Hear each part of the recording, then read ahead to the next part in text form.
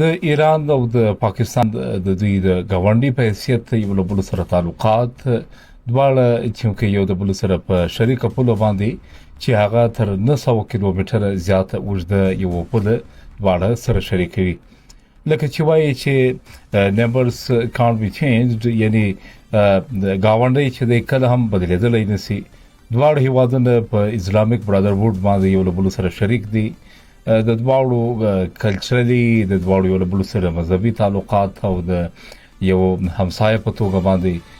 نزدېکت چې دی هغه ډیر زیات دی تاسو ټول ته معلومه ده چې په تاریخي تور ایران هغه ولنی هیواد دی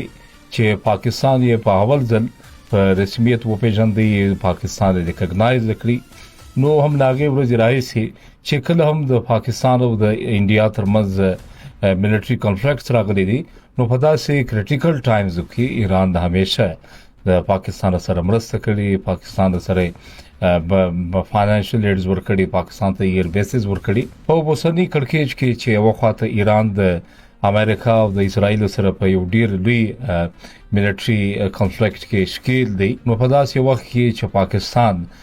د دواړو بیلجرنټ سټیټس ترمنځ د تعلقاتو د نارمالایزیشن لپاره د تعلقاتو ترمنځ د یو دیدان خولو کوششونه چې د پاکستان په هڅو سره په درې ځله د دوی ترمنځ د سیز فایر چې دغه کامیابی ترلاسه کړه هم دا غره پاکستان او ایران چې یو له بل سره په مختلفو برخو کې همکاري لري یو له بل سره شراکتداري لري په اولنې ځل دا لکه چې د ټریډ او د ترانزیت د لیزونه چې یو له بل سره شریک پولي او د همدارنګه د آیل سپلای لري دواړه چې دی یو له بل سره نزدېکت لري د دواړو د یو له بل سره د کلچرل ډیپلوماسي د لاري یو سافټ امیج د ښکار کولو کوششونه دي او همدارنګه دواړه هیوادونه چې هغه په ځینو شیانو کې مشترک اساسي لري ډاکټر علامه محمد اقبال چې د پاکستان د ملي شاعر دی د پاکستان قومي شاعر دی هغه ته هم په ایرانی خاور باندې هم غومره زیات اهمیت ورکول کیږي لکه څومره چې په پاکستان کې دغه ارزښت چې دی زیات دی پاکستان او ایران دا وخت په جیو پولیټیکلی کې موږ ورته وګورو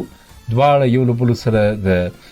جیو اکونومکس او د جیو پولیټکس د لیازه ډیر خورا زیات تړاو لري دواړه هیوادونه د سنټرل ایشیا او د همدارنګه د میډل ایست ترمنځ د یو کنیکټیویټي یا د بریج سټیټ رنګ رول چې دی هغه لوبوي نو دواړو ته پکار ده چې د ژوند په مختلفو برخو کې د ژوند په بیلابیلو اړخونو کې همکاري ته نور هم وده ورکړي او د یو ښه همسایه په توګه باندې تعلقاتو ته وده ورکړي